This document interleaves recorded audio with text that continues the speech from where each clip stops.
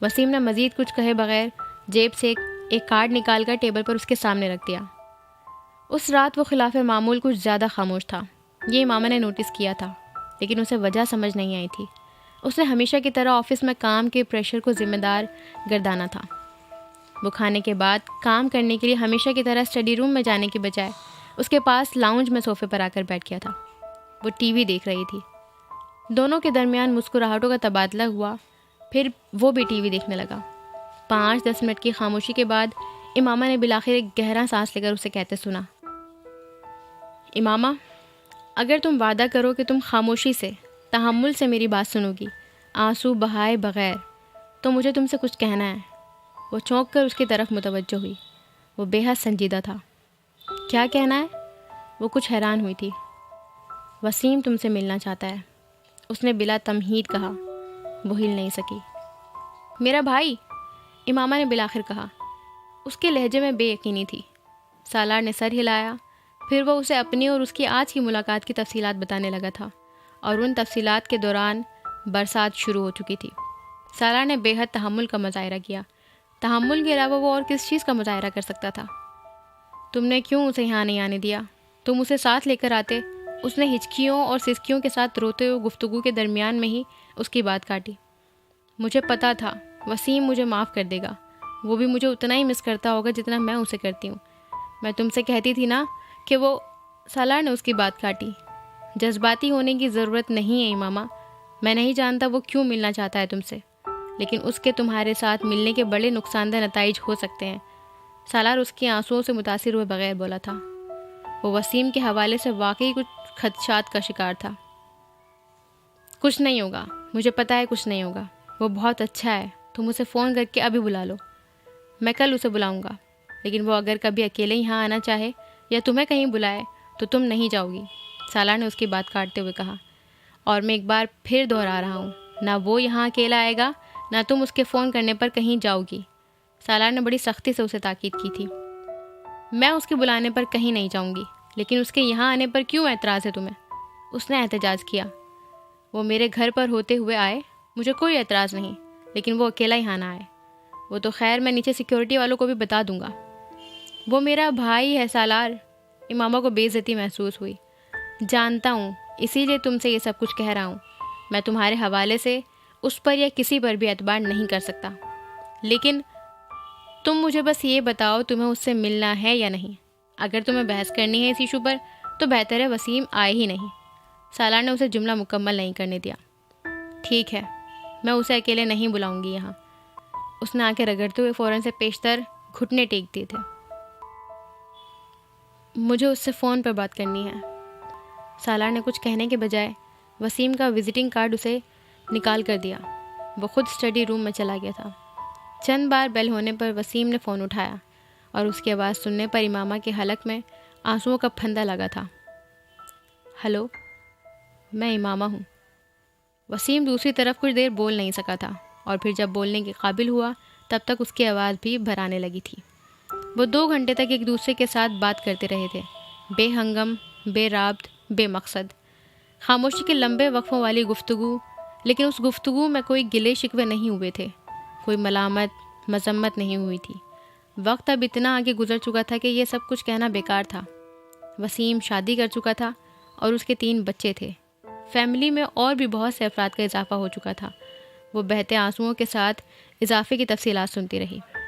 سالار 2 گھنٹے کے بعد اسٹڈی سے نکلا تھا، اور اس وقت بھی لاؤنج میں فون کان سے لگائے سرخ آنکھوں اور ناک کے ساتھ فون پر وسیم سے گفتگو میں مصروف تھی۔ وہ اس کے آس پاس سے گزر کر بیڈ روم میں گیا تھا، اور اسے یقین تھا امامہ نے اسے ایک بار بھی سر اٹھا کر نہیں دیکھا تھا۔ وہ سونے کے لیے بیڈ پر لیٹنے کے بعد بھی بہت دیر تک اس نئی ڈیولپمنٹ کے بارے میں سوچتا رہا تھا۔ پتہ نہیں ٹھیک ہو رہا تھا یا غلط۔ وہ امامہ کا کوئی دوسرا بھائی ہوتا تو وہ کبھی امامہ سے اس کا رابطہ نہ کرواتا، لیکن وسیم کے حوالے سے وہ تحفظات رکھنے کے باوجود کسی حد تک کچھ نرم گوشہ رکھنے پر مجبور تھا۔ اگر اس کی فیملی کا ایک فرد بھی اس کے ساتھ کچھ رابطہ رکھتا تو وہ جانتا تھا کہ امامہ ذہنی طور پر بہت بہتر محسوس کرے گی۔ اپنے پیچھے اپنی فیملی کی عدم موجودگی کا جو احساس کمتری وہ لیے ہوئے تھی، وہ اتنے مہینوں کے بعد کم از کم سالار سے ڈھکا چھپا نہیں تھا۔ وسیم اگلے دن 2 بجے آیا تھا اور 2 بجے تک امامہ کو گھر میں کسی مرد کی موجودگی کا احساس تک نہیں ہوا تھا۔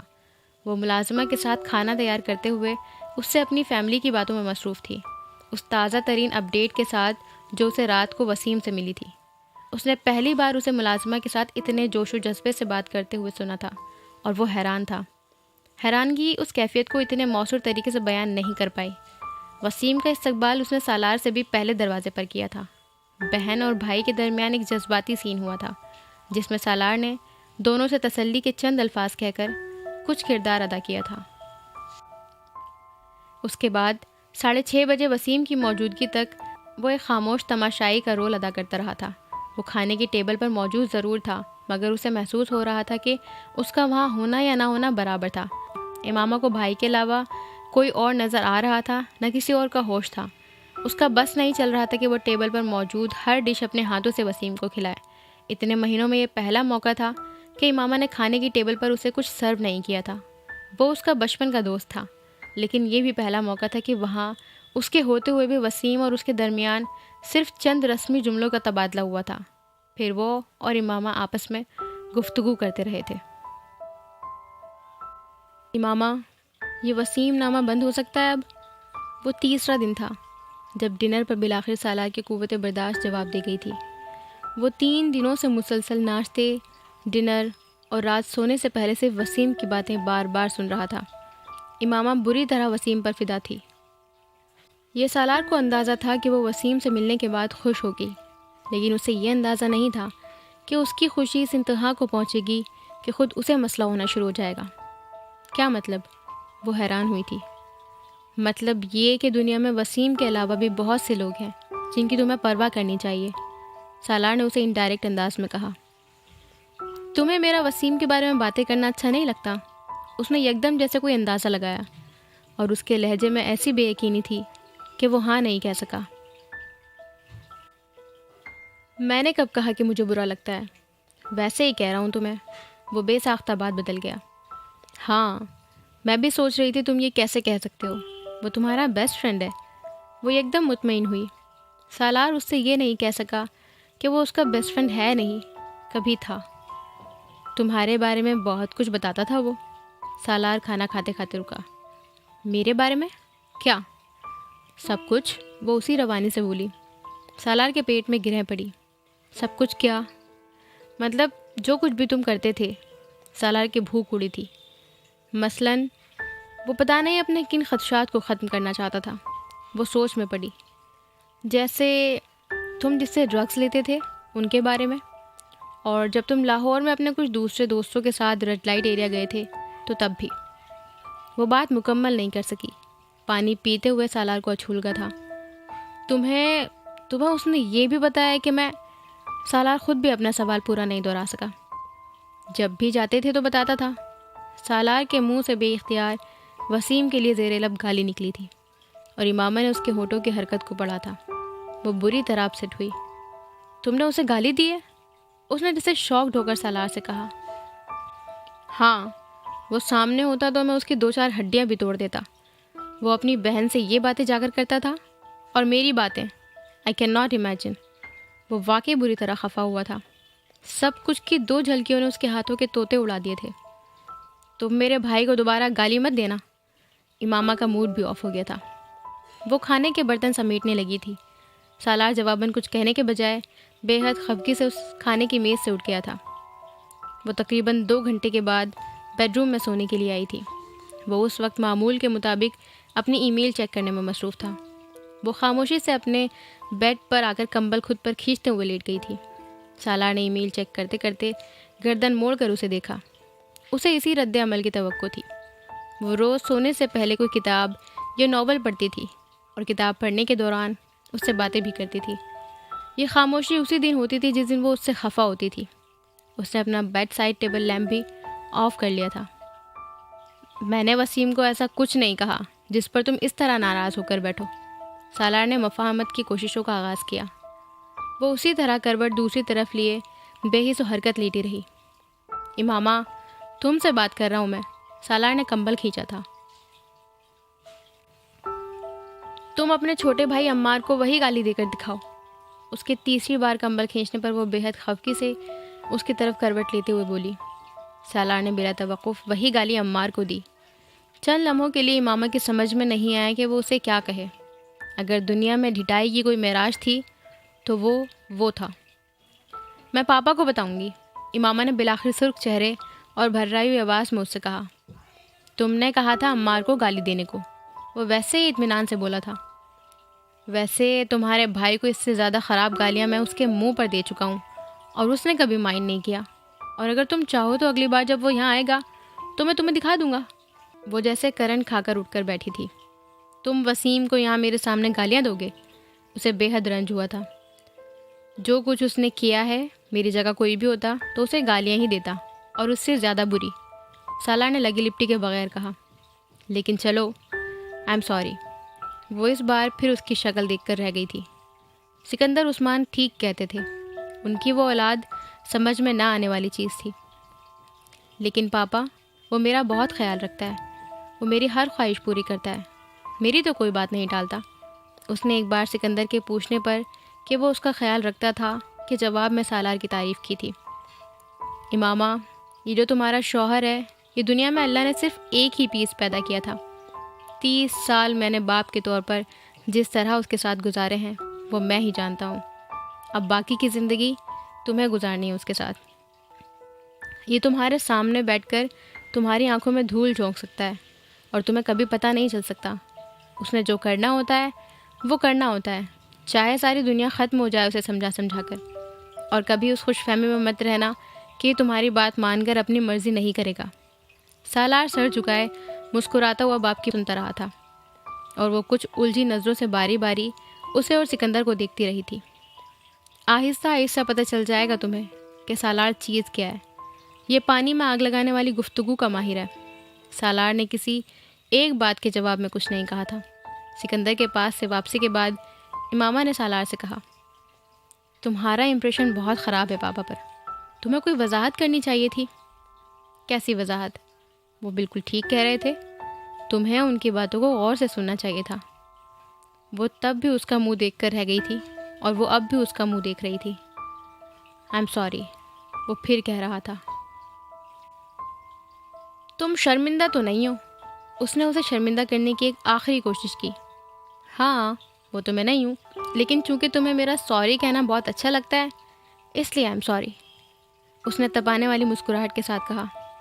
امامہ نے جواب دینے کے بجائے بیڈ سائڈ ٹیبل پر پڑا پانی کا پورا گلاس پیا اور دوبارہ کمبل کھینچ کر لیٹ گئی۔ پانی اور لا دوں؟ وہ اسے چھیڑ رہا تھا۔ امامہ نے پلٹ کر نہیں دیکھا۔ وہ نیند میں سیل فون کی آواز پر ہڑبڑائی تھی۔ وہ سالار کا سیل فون تھا۔ ہیلو؟ سالار نے نیند میں کروٹ لیتے ہوئے سائڈ ٹیبل سے فون اٹھا کر کال ریسیو کی۔ امامہ نے دوبارہ آنکھیں بند کر لیں۔ ہاں، بات کر رہا ہوں، اس نے سالار کو کہتے سنا۔ پھر اسے محسوس ہوا جیسے وہ ایک دم بستر سے نکل گیا تھا۔ امامہ نے آنکھیں کھولتے ہوئے نیم تاریکی میں اسے دیکھنے کی کوشش کی۔ وہ لائٹ آن کیے بغیر اندھیرے میں ہی کمرے سے نکل کر لاؤنج میں چلا گیا تھا۔ وہ کچھ حیران ہوئی تھی۔ وہ کس کا فون ہو سکتا تھا جس کے لیے وہ رات کے اس پہر یوں اٹھ کر کمرے سے باہر گیا تھا؟ آنکھیں بند کیے وہ کچھ دیر اس کی واپسی کا انتظار کرتی رہی، لیکن جب وہ کافی دیر تک نہیں آیا تو وہ کچھ بے چین اٹھ کر کمرے سے لاؤنج میں آئی تھی۔ وہ لاؤنج کے صوفے پر بیٹھا فون پر بات کر رہا تھا۔ اسے دیکھ کر ایک لمحے کے لیے وہ فون پر بات کرتے کرتے رکا۔ ایک جینز اور شرٹ پیک کر دو میری، مجھے ابھی اسلام آباد کے لیے نکلنا ہے۔ کیوں؟ خیریت تو ہے؟ وہ پریشان ہوئی تھی۔ اسکول میں آگ لگ گئی ہے۔ اس کی نیند پلک جھپکتے میں غائب ہوئی تھی۔ سالار اب دوبارہ فون پر بات کر رہا تھا۔ بے حد تشویش کے عالم میں کمرے میں واپس آ کر اس نے اس کا بیگ تیار کیا۔ وہ تب تک کمرے میں واپس آ چکا تھا۔ آگ کیسے لگی؟ یہ تو وہاں جا کر پتہ چلے گا۔ وہ بے حد عجلت میں اپنے نکالے ہوئے کپڑے لیتا واش روم میں چلا گیا۔ وہ بیٹھی رہی۔ وہ اس کی پریشانی کا اندازہ کر سکتی تھی۔ شادی کے شروع کے چند مہینے چھوڑ کر اب اوپر نیچے کچھ نہ کچھ ایسا ہو رہا تھا جو انہیں بری طرح تکلیف پہنچا رہا تھا۔ 10 منٹ میں وہ تیار ہو کر نکل گیا، لیکن وہ دوبارہ بستر میں نہیں جا سکتی تھی۔ اس نے باقی کی ساری رات اسی پریشانی میں دعا کرتے ہوئے کاٹی تھی۔ سالار سے اس کی 1-2 بار چند منٹ کے لیے بات ہوئی، لیکن وہ فون پر مسلسل مصروف تھا۔ امامہ نے اسے ڈسٹرب کرنے کی کوشش نہیں کی تھی۔ اس کے گاؤں پہنچنے کے بعد بھی آگ پر قابو نہیں پایا جا سکا تھا۔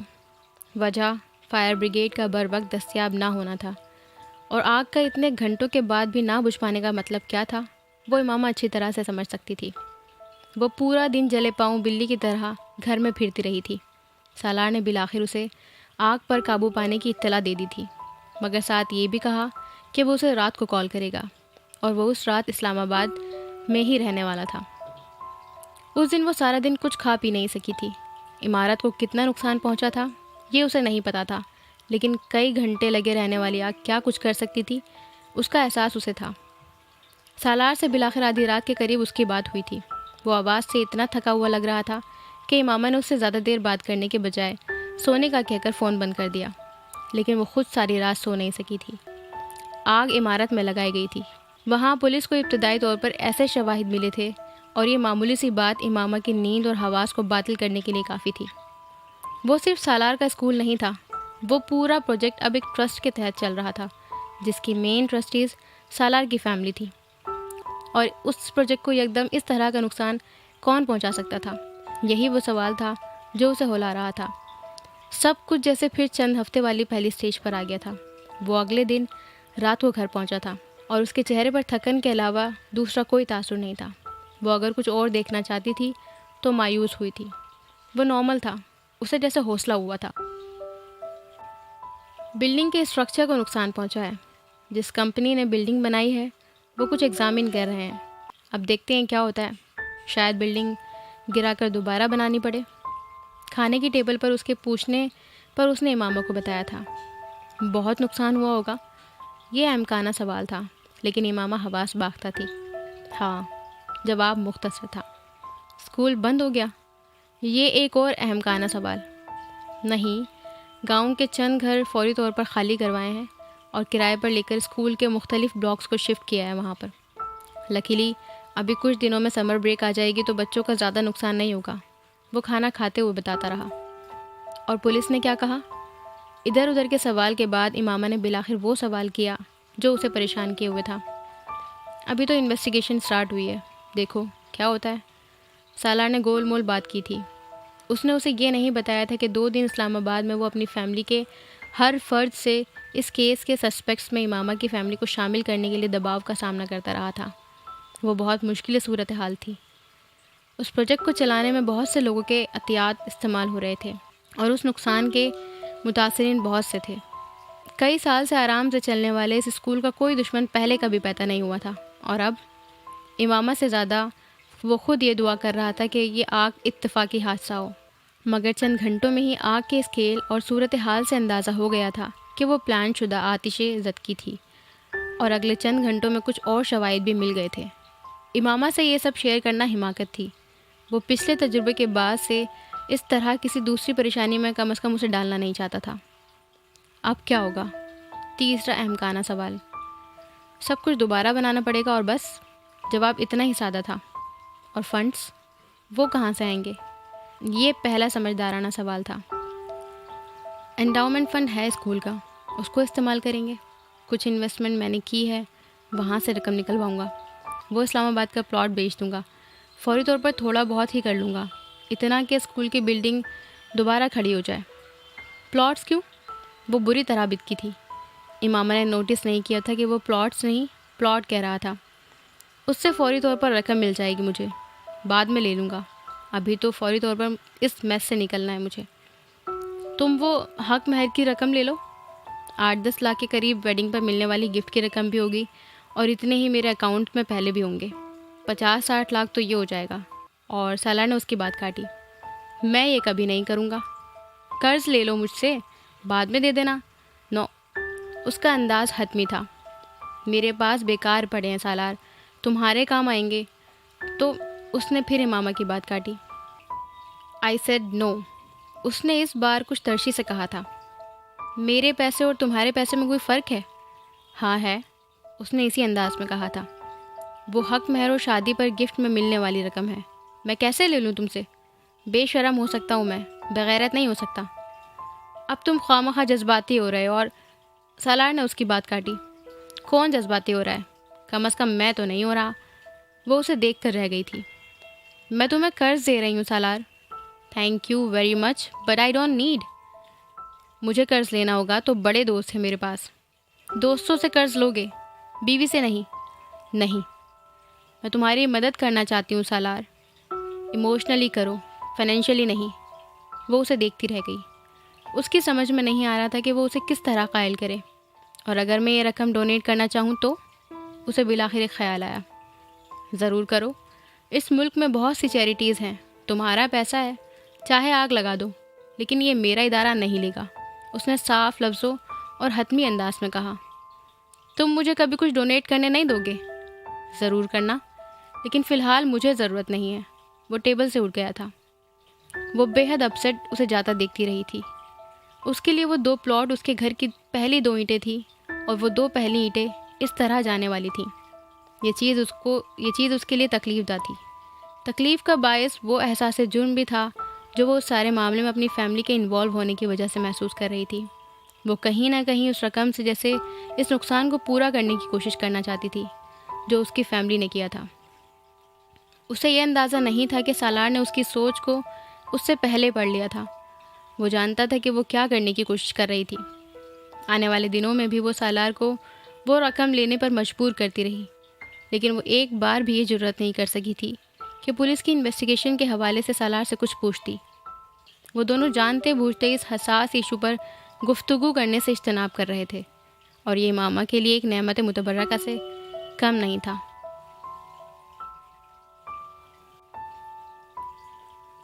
جو کچھ ہوا اس میں میرا کوئی قصور نہیں ہے، نہ ہی کوئی انوالومنٹ ہے۔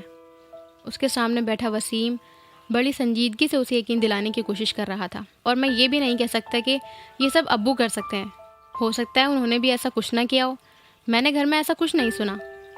وسیم نے ہاشم مبین کا بھی دفاع کرنے کی کوشش کی تھی۔ امامہ قائل نہیں ہوئی۔ وہ سالار کے سامنے اپنی فیملی کا دفاع کرنے کی کوشش کر سکتی تھی، وسیم کے سامنے نہیں۔ اسے یقین تھا یہ جو بھی کچھ ہوا تھا اس میں اس کے اپنے باپ کا ہی ہاتھ تھا۔ ابو سے کہنا یہ سب کرنے سے کچھ نہیں ملے گا، سالار کو کیا نقصان ہوگا، یا مجھے کیا نقصان ہوگا؟ ایک اسکول ہی تو جلا ہے، پھر بن جائے گا۔ ان سے کہنا کہ وہ کچھ بھی کر لیں ہمیں فرق نہیں پڑتا۔ وسیم اس کا چہرہ دیکھتے ہوئے اس کی باتیں سنتا رہا۔ پھر اس نے امامہ سے مدھم آواز میں کہا، میں ابو سے یہ سب کچھ نہیں کہہ سکتا، میں بہت بزدل ہوں، تمہاری طرح بہادر نہیں ہوں میں۔ چند لمحوں کے لیے وہ دونوں ایک دوسرے کو دیکھ کر رہ گئے۔ جب سے وہ دوبارہ ملنا شروع ہوئے تھے، آج پہلی بار ڈھکے چھپے لفظوں میں وہ اسے سراہ رہا تھا یا اعتراف کر رہا تھا۔ تمہارے جانے کے بعد اتنے سالوں میں بہت دفعہ کمزور پڑا، میں بہت دفعہ شش و پنج کا بھی شکار ہوا، اور شک و شبہ کا بھی۔ بہت دفعہ دل چاہتا تھا زندگی کے اس غبار کو میں بھی ختم کرنے کی کوشش کروں جس نے میری بینائی دھندلائی ہوئی ہے، لیکن میں بہت بزدل ہوں، تمہاری طرح سب کچھ چھوڑ چھاڑ کر نہیں جا سکتا تھا۔ اب آ جاؤ۔ امامہ کو خود احساس نہیں ہوا کہ اس نے یہ بات اس سے کیوں کہہ دی، اور کہنی چاہیے تھی کہ نہیں۔ وسیم نے اس سے نظریں نہیں ملائیں، پھر سر ہلاتے ہوئے کہا، اب اور بھی زیادہ مشکل ہے۔ جب اکیلا تھا تو اتنا بڑا فیصلہ نہیں کر سکا تھا، اب تو بیوی اور بچے بھی ہیں۔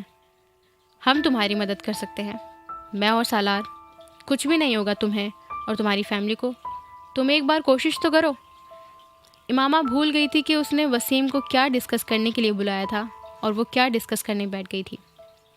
انسان بہت خود غرض اور بے شرم ہوتا ہے امامہ، یہ جو ضرورت ہوتی ہے یہ صحیح اور غلط کی سب تمیز ختم کر دیتی ہے۔ کاش میں زندگی میں مذہب کو پہلی پرائرٹی بنا سکتا، مگر مذہب پہلی پرائرٹی نہیں ہے میری۔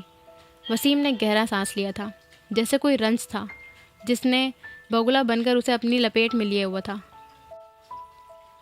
میں تمہاری طرح فیملی نہیں چھوڑ سکتا مذہب کے لیے، تمہاری قربانی بہت بڑی ہے۔ تم جانتے بوجھتے جہنم کا انتخاب کر رہے ہو، صرف دنیا کے لیے۔ اپنے بیوی بچوں کو بھی اسی راستے پر لے جاؤ گے، کیونکہ تم میں صرف جرت نہیں ہے سچ کو سچ اور جھوٹ کو جھوٹ کہہ دینے کی۔ وہ اب بھائی کو چیلنج کر رہی تھی۔ وہ ایک دم اٹھ کر کھڑا ہو گیا، یوں جیسے بے قرار تھا۔ تم مجھے بہت بڑی آزمائش میں ڈالنا چاہتی ہو۔ آزمائش سے بچانا چاہتی ہوں۔ آزمائش تو وہ ہے جس میں تم نے خود کو ڈال رکھا ہے۔ اس نے اپنی گاڑی کی چابی اٹھائی۔ میں صرف اسی لیے تم سے ملنا نہیں چاہتا تھا۔ وسیم میرا فون نہیں اٹھا رہا۔ امامہ نے اس رات کھانے پر سالار سے کہا تھا۔ سالار کو وہ بہت پریشان لگی تھی۔ ہو سکتا ہے مصروف ہو، سالار نے اسے تسلی دیتے ہوئے کہا۔ نہیں، وہ ناراض ہے۔ اس بار سالار چونکا تھا۔ ناراض کیوں ہوگا؟ امامہ نے اسے اپنی اور وسیم کی گفتگو سنا دی۔ سالار گہرا سانس لے کر رہ گیا تھا۔ آب حیات کے اور ایپیسوڈ سننے کے لیے ہمارے چینل کو سبسکرائب کریں، پسند آئے تو لائک کریں اور اپنے دوستوں کے ساتھ شیئر کرنا نہ بھولیں۔ Bye bye.